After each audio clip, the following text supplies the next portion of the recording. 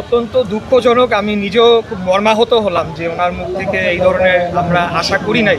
উনি তো আমাদের সবার স্বপ্নের জায়গা ছিল, আশা আকাঙ্ক্ষার জায়গা ছিল যে একমাত্র ব্যক্তি যিনি সবার কাছে নিউট্রাল, গ্রহণযোগ্য। এই পোর্ট এবং করিডোর এটা আমরা হতে দেব না।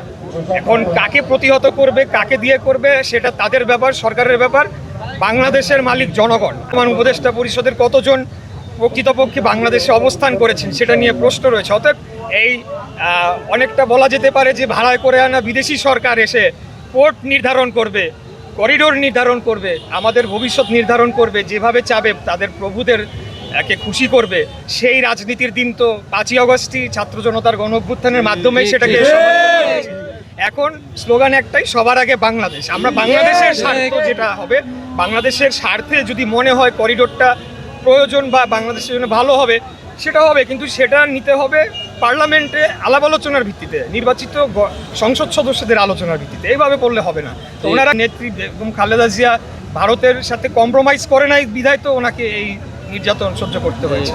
তো আজকে কিন্তু দেখবেন যে কেউ কেউ আমাদেরকেই বলার বা আমাদের কোনো সিনিয়র নেতাদেরকে উপরে প্রশ্নবিদ্ধ করার চেষ্টা করছে।